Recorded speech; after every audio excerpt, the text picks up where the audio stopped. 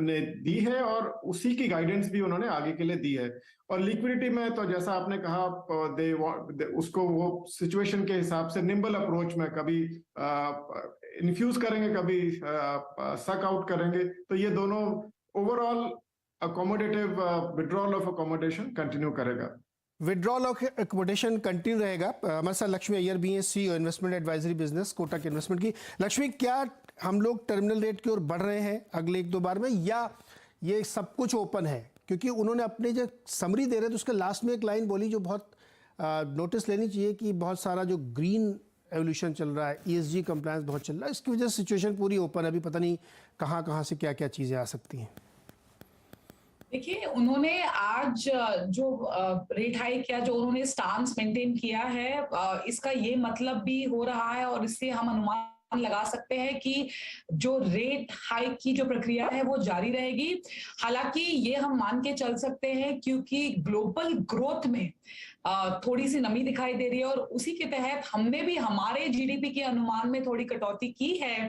तो ये जो रेट हाइक जो फेब पॉलिसी में फॉर एग्जांपल जो अगली पॉलिसी है, शायद उस पॉलिसी के बाद जो इंक्रीमेंटल डेटा पॉइंट्स है उसके हिसाब से हम व्यू लेंगे, ना कि हम रेट हाइक करते जाएंगे, क्योंकि ग्रोथ पे जो है एक लैग से मॉनेटरी पॉलिसी का इंपैक्ट आता है। तो ये आप नजरअंदाज नहीं कर सकते। उन्होंने ये भी बतलाया पॉलिसी के स्टेटमेंट के तहत कि जो यूएस है, FOMC जो अपनी पेस है वो कम करने वाली है, तो ये भी आप कंप्लीटली इग्नोर नहीं कर सकते। तो रेट हाइक कंप्लीटली डन नहीं है हमारे हिसाब से। ग्रोथ पैरामीटर्स है, लेकिन जो महंगाई के आंकड़े हैं उस पे आप कंप्लेसेंसी नहीं रख सकते। ये हमारा आज का टेकअवे है। जी हाँ, और इनफैक्ट सही कह रही है लक्ष्मी जी। और इनफैक्ट आज उनके कथन में अगर आप 2-3 पॉइंट्स जो उन्होंने कहे, Arjuna's eye on inflation, nimble and flexible, ये आप तय कीजिए कि we are hawkish and dovish. But Hemang Jani हमारे साथ जुड़ चुके हैं इस वक्त। हेमांग, आप पॉलिसी को कैसे रीड कर रहे हैं और आपका व्यू क्या है इस वक्त इस पॉलिसी को, क्योंकि एक तालमेल बिठाने की कोशिश की गई है between growth and I think the core, I mean जो उनका कहीं ना कहीं जिस पर वो फोकस कर रहे थे इन्फ्लेशन है, उसको देखते हुए RBI का ये करीब 35 बेसिस पॉइंट का हाइक, आपकी प्रतिक्रिया और बाजार इसको कैसे लेगा?